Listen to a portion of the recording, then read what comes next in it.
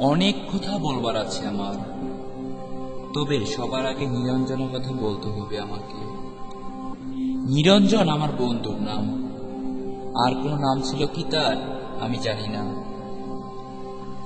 ওর একজন বান্ধবী ছিল, অবশ্য কিছুদিনের জন্য। সে তাকে প্রীতম বলে ডাকত। ওর বান্ধবী নাম ছিল জয়লতা। নিরঞ্জন জয়লতা সম্পর্কে আমাকে কিছুই বলেনি তেমন। জয়লতাকে কখনো কোনো চিঠি লিখেছিল কিনা সে কথা আমাকে সে বলেনি, তবে জয়লতার চিঠি আমি দেখেছি।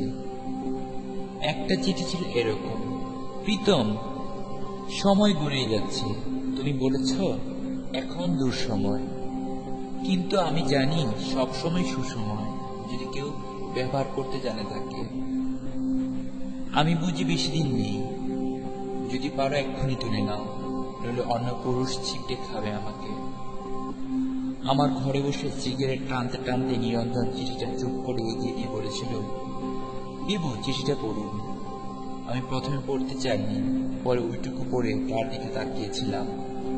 না, ওই সিগারেটে ধুয়ে আমি কোনো নারীর প্রেম তাড়িত মানুষের ছায়া দেখিনি। ভয়ানক নির্বিকার। কিছু বলছেন না যে? আমি জিজ্ঞাসা করেছিলাম।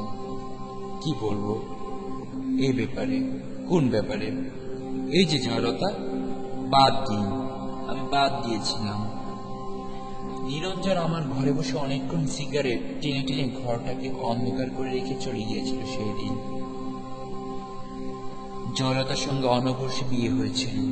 আমি জয়লতা এবং অনপুরুষটিকে দেখেছিলাম বহুবার বিশ্ববিদ্যালয়ে। জয়লতা আরতে আমাকে আরো সুন্দরী হয়ে উঠেছিল। অনপুরুষ ছিপড়ে খেলে মেয়ে মানুষগুলো যে আরো সুন্দরী হতে থাকে, একথা বলবার সূত্রে সেই দিন নিরঞ্জন আমাকে বলেছিল, মানুষকে এত ক্ষুধার্তে নেবেন না, মানুষ এত বড় যে আপনি যদি মানুষ শব্দটি একবার উচ্চারণ করেন, যদি অন্তর থেকে করেন উচ্চারণ, যদি বুঝেন এবং উচ্চারণ করেন মানুষ, তো আপনি কাঁদবেন। আমি মানুষের পক্ষে, মানুষের সঙ্গে এবং মানুষের জন্য। হ্যাঁ, মানুষের মুক্তির জন্য নিরঞ্জন মিছিল করত। আমি শুনেছি নিরঞ্জন বলছে, তুমি দুষ্কৃতী মারো, বাঙালি মারো, হিন্দু মুসলমান মারো, ঘিরিলে তামিল মারো, এভাবে যেখানে যাকে মারো না কেন, ইতিহাস লিখবে যে এত মানুষ মরেছে। পরে করুন, পরে দুঃখজনক। শক্তি সপক্ষে তুমি যারই মৃত্যুর উল্লেখ করে উল্লাস করো না কেন, মনে রেখো মানুষে মরছে। এই ভয়ানক সত্য কথা নিরঞ্জন বলেছিল। মিছিল হাত উঠে বলেছিল, এভাবে মানুষ মারা চলবে না, মানুষকে বাঁচতে দাও। নিরঞ্জন আমার বন্ধু, নিরঞ্জন বাঁচেনি। তার উদ্রত হাতে লেগেছিল মানুষের হাতে বানানো বন্দুকের গুলি, বুকেও লেগেছিল। সেখান থেকে মানুষ শব্দটি বড় পবিত্রতা বেরিয়ে আসত। সে লাশ আমার বন্ধু নিরঞ্জনের লাশ।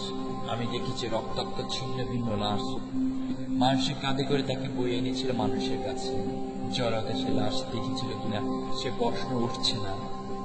দেখলো যদি কেঁদে থাকে সে প্রকাশ্য অথবা গোপনে, তাতে নিরঞ্জনের কোনো লাভ হয়নি। মানুষ কেঁদেছিল, আমি জানি তাতে নিরঞ্জনের লাভ ছিল। নিরঞ্জন প্রমাণ করতে পেরেছিল গতকাল মিছিলে আইন অমান্যর অভিযোগে দেন যে দুষ্কৃতী মারা গিয়েছে তার নাম নিরঞ্জন, সে আসলে মানুষ।